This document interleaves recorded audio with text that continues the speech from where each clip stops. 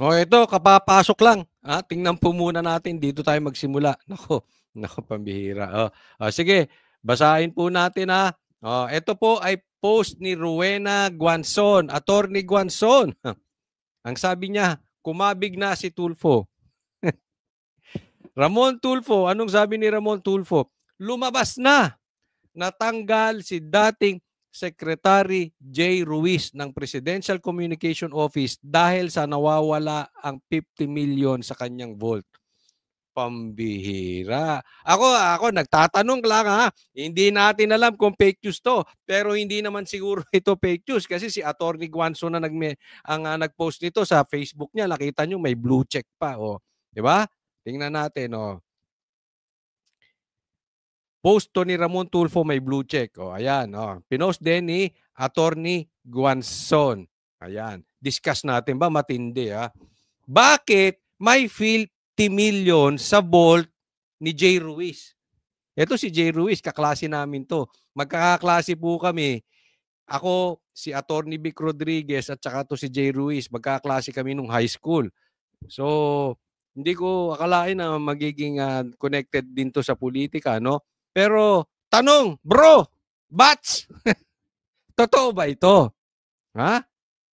Pangalawang tanong, totoo ba tong post mo, Ramon Tulfo? Kasi alam naman natin din to, si Ramon Tulfo, isa rin tong fake news.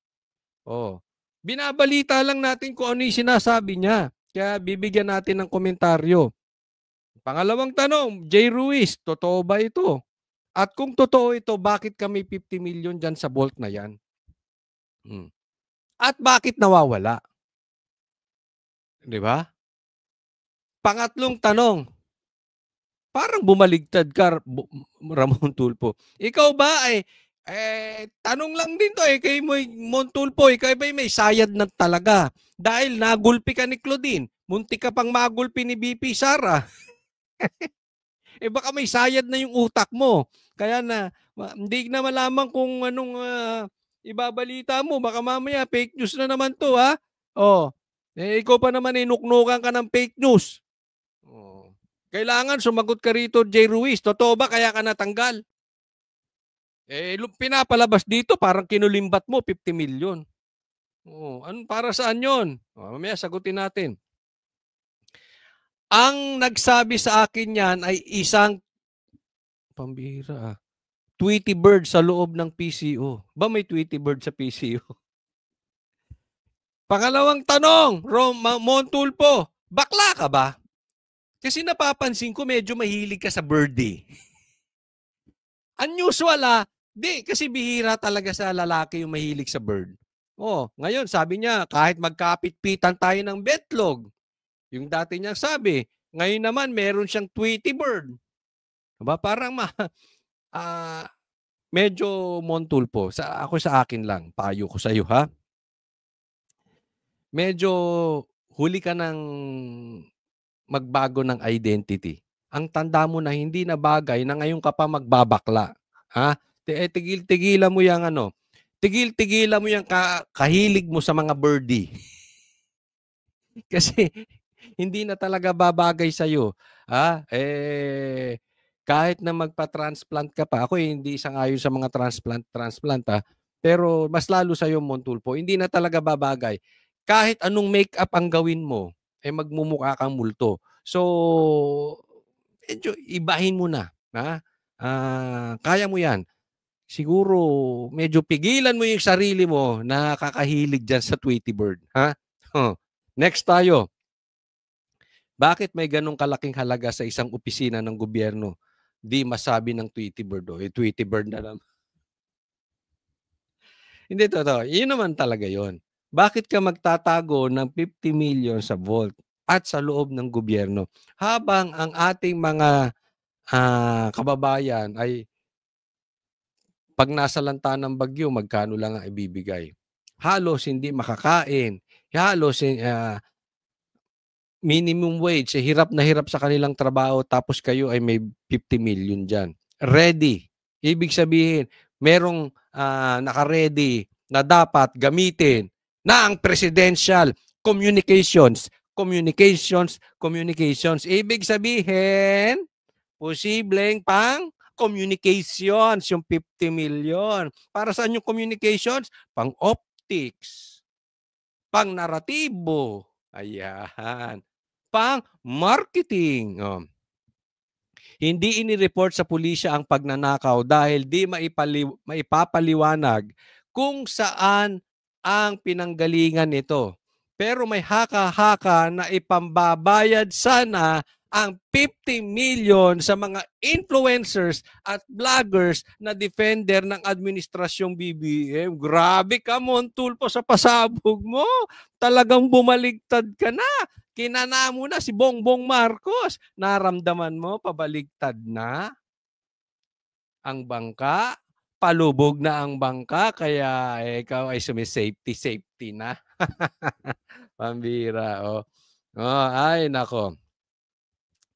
Pero alam mo ha, ako, dito sa point na to, yung 50 million kung may nawawala, hindi, I don't know. Pero yung itong ipambabayad sana sa influencers at vloggers na defender ni sa administrasyong BBM, totoo yan. Ako, naniniwala ako dyan. Naniniwala ako dyan. Kasi, ang dami talagang trolls. Ha? Bukod dun sa trolls, ha? Si Bongbong Marcos mismo, inamin niya may mga trolls siya. Sa katunayan, may mga kakilala ko, umamin nga sila eh. Yung isa nga, pinost pa ni Banat Bay. Diba? Oh, gusto nyo, ilabas namin dito yung mga conversation. Oh, alam namin kung sino yung mga bayad. Lalong-lalo na yung dating Duterte na halos sambahin si BP Sara, biglang bumaligtad, delicates yun, bayad yun. Kami mismo, naalok kami. Oh, si ano naman yun, dating speaker, naalok kami, baratan lang daw namin si Sara. Kaya alam namin, sa simula pa lang, talagang kakarnihin si BP Sara. Kaya ako naniniwala ako dito, ang sarap ng buhay. Hindi, totoo yung mga vloggers ng maka-BBM. Ang sarap ng buhay ng mga animal na yan. Kumikita na sa YouTube nila. Kumikita pa sa ano. Oh. 'Di ba? Yung isa nga, yung gagong vlogger. Siya mismo inamin niya eh. Oh. 'Di ba? May mga bayaran talaga diyan. Mahalata nyo naman kung sino yung mga tuta ni Bongbong Marcos eh. Yung mga defenders. Kaya lang ito. Isa si Montulfo na bumaligtad. Okay? Pero, abangan nyo tong sasabihin ko. Baka sabihin nyo, tsamba. Ha? Makachamba na naman tayo. Unti-unti, mga vloggers lilipat na. Yung iba, na sinunog na nila yung bridge nila, hindi na sila makalipat sa Duterte, yung iba lilipat sa Dilao. Yung iba hindi na rin makalipat sa Dilao, gigitna. Pansinin nyo yan. Naku, bro, hindi ko kayo nilaglag ha. Hindi ko naman kayo pinangalanan ha. Pero yung iba dyan, kaibigan natin. Oh. Tingnan nyo, gigitna yung mga yan. Oh, okay lang yan kasi yung pinambayad naman sa inyo galing din sa taxes eh. O, di ba? So, okay lang yan. Ha? Pero, sila mismo, ramdam nila. O, ha? Ito mga influencers, ha? Ramdam nila malapit na. It's just a matter of time. Bakit? Sobrang laki nung nakaw, hindi maitatago. Sobrang laki nung binitawan ni Amy, hindi maitatago. Hindi na. Unti-unti na ito.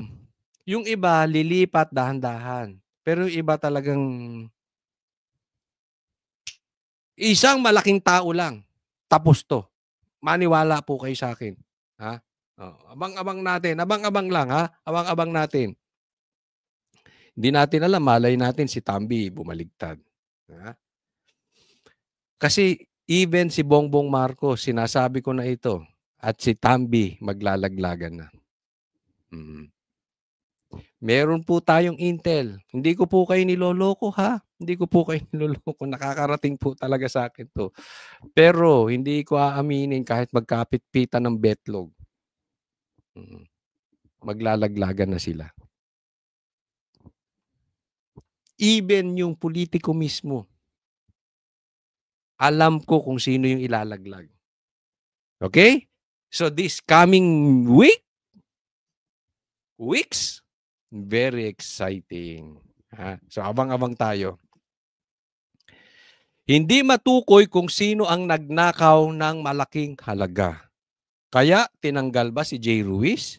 So sinong nagnakaw? I don't know. Montulfo, tinatanong kita. Ninakaw ba ni Jay Ruiz? Ninakaw ba ni Claire Castro? Ninakaw ba pabalik nung sponsor?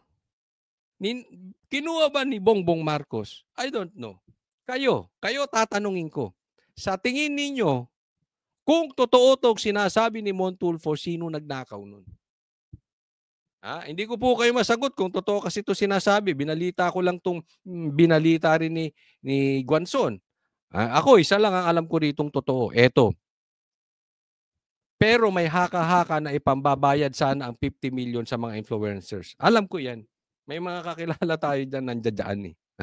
Oo, swerte niyo. Kami kayod marino. Kayo asa sa bayan, pero okey lang, patapos na naman na, eh. Hindi, sa totoo lang hirap na hirap din sila. Kailangan din nila talaga ng malaking bayad. Kaya ang hirap ipagtanggol talaga ni Bongbong Marcos. Kakatanggol mo pa lang tingnan niyo nangyayari kay Claire, stress na, 'di ba? Oo. Parang, may binanggit lang si Tikia, parang ano na, mananakit na, 'di ba? Kita naman, na-stress sila. Hirap talaga ipagtanggol ni Bongbong Marcos. Papagtanggol mo, kinabukasan gagawa na naman katarantaduhan. Mahirap. Naawa rin ako sa kanila, pero okey lang 'yan. Kumita naman kayo, eh.